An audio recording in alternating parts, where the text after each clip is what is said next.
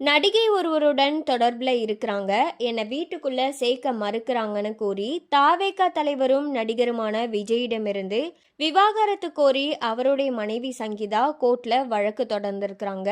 அந்த நடிகை யார் என்று சங்கீதா குறிப்பிடாத நிலையில நடிகை த்ரிஷாவுடன் நிகழ்ச்சி ஒன்றில் விஜய் ஜோடியாக கலந்து கொண்டது பேசும் பொருளானது. இந்த சூழல்ல சினிமா நிகழ்ச்சி ஒன்றுல த்ரிஷாவின் பிரம்மாண்டமான போட்டோவை முன்னிலைப்படுத்தி இயக்குனரும் நடிகருமான பார்த்திபனிடம் கேள்வி கேட்கப்பட்டது. அதற்கு பதிலளித்த பார்த்திபன் குந்தவைய கொஞ்ச நாள் வீட்டுக்குள்ளேயே குந்த வைப்பது நல்லதுன்னு தெரிவிச்சிருந்தாங்க. பொன்னியின் செல்வன் படத்துல குந்தவை கதாபாத்திரத்துல த்ரிஷா நடிச்சிருந்தாங்க. அதே படத்துல பார்த்திபனும் நடிச்சிருந்தாங்க. இந்த நிலையில பார்த்திபனுடைய கமெண்ட் பெரும் அளவுல வைரலாக அதற்கு நடிகை த்ரிஷா கண்டனம் தெரிவிச்சு பதிலடியும் கொடுத்திருக்கிறாங்க.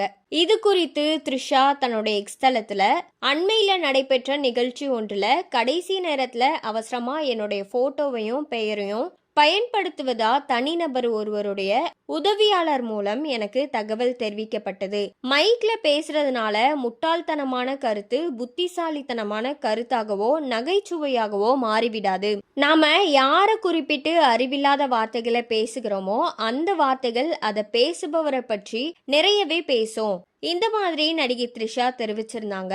த்ரிஷாவுடைய பதிவு வெளியான அதே வேளையில தமது செயலுக்கு பார்த்திபனும் வருத்தம் தெரிவித்து எக்ஸ் வலைத்தளத்துல பதிவு ஒன்றை வெளியிட்டிருக்காங்க. அதுல எது நடந்ததோ அது தவறாகவே நடந்துள்ளது, இதுல வருந்துவதை தவிர வேறு வழி இல்லைன்னு கூறியிருக்கிறாங்க. பார்த்திபன் மன்னிப்பு கேட்டதுக்கு அப்புறமா யூடியூப் சேனல்ல வீடியோ வெளியிட்டிருக்காங்க. அந்த வீடியோல அந்த நிகழ்ச்சியில விஜய் அஜித் பற்றி பேசி கொண்டிருந்தேன். அப்போ ஒரு புகைப்படம் வந்தது. அந்த புகைப்படத்தை பார்த்ததும் நான் என்ன பேசுவதுன்னு எனக்கே தெரியல, ரொம்பவே திகைச்சிட்டேன். அதுதான் உண்மை. குற்றம் சுமத்த வேண்டும் என்று நான் எதையுமே சொல்லல. நான் யார்கிட்டையும் காசு வாங்கல, எந்த கட்சியிலையும் சேர போறதில்ல. மேடையில புகைப்படத்தை பார்த்து என்ன சொல்வதென்றே தெரியாம தான் இருந்தேன். அப்போ அருகே எல்லாருமே குந்தவை குந்தவைன்னு கத்திட்டு இருந்தாங்க. விஜய் நிறைய போராட்டங்களை சந்திச்சு கடந்து வந்துட்டு இருக்காங்க. கரூர் பிரச்சனையில விஜய் மீது விமர்சனங்கள் வந்ததை தவிர அவருக்கு இவ்வளவு பாதிப்பு வரல. பாதிப்பு வர காரணமானது அந்த திருமண நிகழ்ச்சி தான். 40 வயசாகிற த்ரிஷா இதெல்லாத்தையும் தவிர்த்து இருக்கலாம். திருமண நிகழ்ச்சியில த்ரிஷா கலந்து கொள்ளாம இருந்திருக்கலான்னு என்னுடைய அடிமனசுல தோணுச்சு. ஆனா அதை சொல்வதற்காக நான் அந்த மேடைக்கு போகல. அந்த நிகழ்ச்சியில அவங்க குந்தவை குந்தவைன்னு சொன்னாங்க. உடனே அவங்க வீட்டுல இருந்திருக்கலான்னு என்னுடைய ஆதங்கத்துல கூறுனேன். நண்பர் சமுத்திரக்கனியும் பேசினாங்க. சமுத்திரக்கனி யாரிடமும் காசு வாங்கி பேசல, அன்பின் மிகுதியால தான் பேசினாங்க. இதையெல்லாம் பார்த்துட்டு ஆதங்கத்துல மேடையில பேசிவிட்டு கீழே வந்துட்டேன். அப்போதே பாண்டே குந்தவை விஷயத்த தவிர்த்திருக்கலான்னு கூறினாங்க. அப்போவே சம்மந்தப்பட்ட நிறுவனத்துக்கு ஃபோன் செஞ்சு நான் பேசியிருக்கிற இந்த வீடியோவை டெலீட் பண்ண சொல்லிட்டேன். ஆனா யாரோ வீடியோ எடுத்து சமூக வலைத்தளங்களை வெளியிட்டாங்க.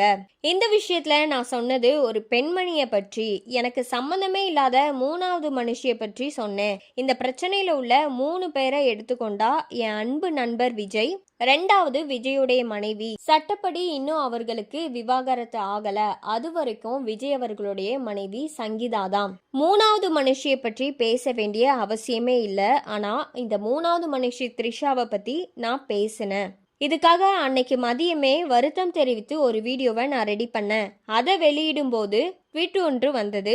அதுல நானே விரும்பி போட்டோவை போட சொன்னதா சொல்லப்பட்டிருந்தது. இப்படி ஒரு ட்வீட் வரும்னு தெரிஞ்சிருந்தா நான் வருத்தமே தெரிவிச்சிருக்க மாட்டேன். அதனை பார்த்ததுக்கு அப்புறமா தான் என்னுடைய மனசுல ஏற்பட்ட விஷயம் இந்த வீடியோவா வெளியிட வேண்டியிருந்தது. 3ஆம் தர ட்வீட். இது எனக்குள்ள இவ்வளோ பாதிப்பை ஏற்படுத்தி இருக்குது. என்னுடைய செயலுக்கு அவங்க எதிர்ப்பு தெரிவிக்க கூடாதுன்னு நான் சொல்லல. சமீப காலமா அவங்கள பற்றி வந்த கொச்சையான அசிங்கமான கருத்துக்கள் பொது வெளியில நிறையவே இருக்குது. ஒரு கட்சியோடைய தலைவர் உட்பட எல்லாருமே பேசியதற்கு அவர் பதில் கூறியிருந்தாங்கன்னா நான் இந்த விஷயத்த வரவேற்றிருப்பேன். எதுக்குமே பதில் கூறாம எனக்கு மட்டும் கண்டனம் தெரிவித்ததால நான் வருத்தம் தெரிவித்தது தவறுன்னு நிறைய பேர் கூறியிருக்கிறாங்க. அவங்க எல்லாருக்குமே நன்றின்னு பார்த்திபன் தெரிவிச்சிருக்கிறாங்க.